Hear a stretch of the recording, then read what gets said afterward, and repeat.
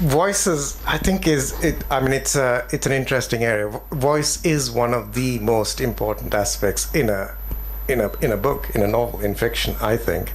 But there are two kinds of voices. There's the voice of a writer, which is one thing, which a lot of writers look for and hope for, but actually doesn't come for a long time, and may not come at all.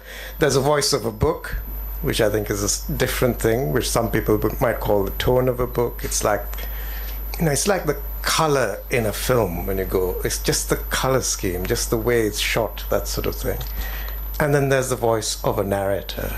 And I guess the voice of the narrator is what you're interested in at the moment. And the voice of the narrator, for me, is something that arrives after a little while. It takes a little time in a book. You don't start off necessarily, unless you're very lucky with the voice straight in your head. Or I don't anyway.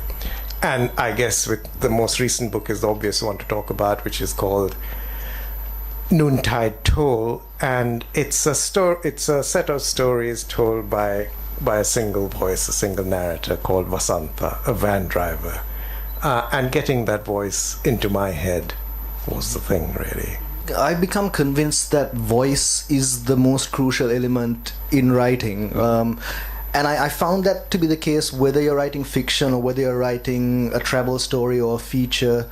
And I guess it comes from my day job, which was in advertising. And there, within a work day, you have to talk like a mother giving milk powder to her kids, and talk like an insurer who's trying to fob off dodgy housing loans on innocent people. And you have to kind of vary that voice. And that, for me, Chinaman didn't really start until I came across The Voice. I had the story a long time ago, the idea that there was this mythical genius cricketer called Pradeep Matthew who was unfortunate enough to be playing for Sri Lanka in the 1980s, and therefore lived his career and his life in obscurity. So I had that story, and I researched it and I plotted it out and so on. And initially I wrote it in the third person. Mm-hmm. So it was a biography of Pradeep Matthew, and Pradeep was born in 65 in Moratua and blah blah blah. And I got to like 20-30 pages before it started to bore me, because I really couldn't. It was humorless and dry, and I couldn't find a way into it. So then I scrapped that and I tried multiple voices. So I tried the Citizen Kane approach, where you interview different people who encountered Pradeep on his career. So I had a chapter told by his coach, by his girlfriend, by his teammate, by the kids who knew him when he was growing up. And I kind of rode that horse for a little while, until I came across a drunk journalist who remembered every single match Sri Lanka had played since 1948, and remembered Pradeep very well. And once I started writing in that voice, I found that chapter was about 40 pages long compared to the others, which were just snippets. When I started writing The Gurkha's Daughter, this was 4 years ago, it was my first attempt at writing fiction. And I realized that although I had the plot, the dialogue, and everything there, what was lacking was the right voice.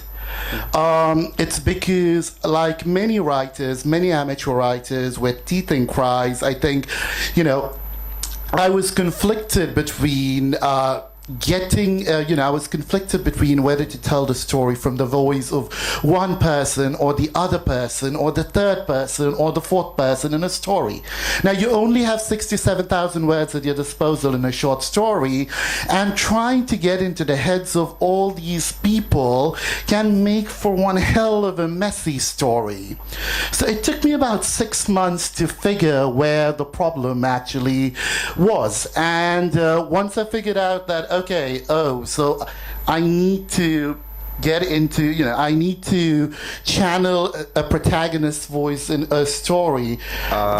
What I didn't want in my book is that to the voice to be colored by any emotion. I didn't want a bitter voice or an angry voice, that time. So I tried to find a neutral voice. And since I also write poetry, that helped me to find a voice quite early in the book, and it became very natural. So I really didn't have to struggle much with it.